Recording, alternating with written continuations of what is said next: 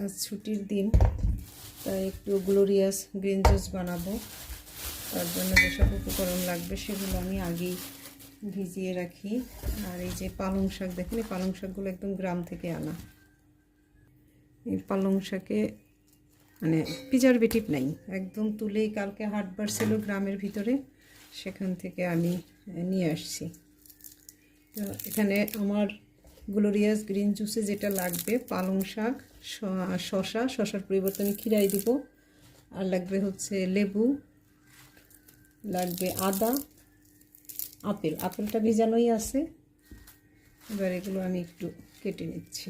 এগুলো পালং শাকটা, শসা এটুকুতে আমার হয়ে যাবে। এটা আমি ঝিঙে দিয়ে, এখানে যেহেতু ধরবে আমি এই এইগুলো দিয়ে দেব, একসাথে ভিজাই দিই।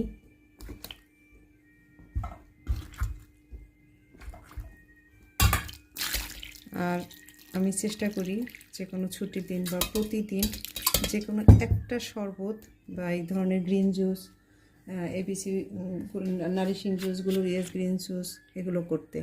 কারণ তিতির হচ্ছে শাকসবজি খেতে চায় না। আগে তো আমার সাথে স্কুলে যেত, খাইয়ে দিতাম, একবেলা খাইয়ে দিতাম, খেয়ে নিত। এখন একা একা থাকে, খেতে চায় না। তো সকালবেলা এরকম একটা শরবত খাওয়ালে অন্তত পক্ষে মনে একটা শান্তি পাই যে কিছু তো খেলো।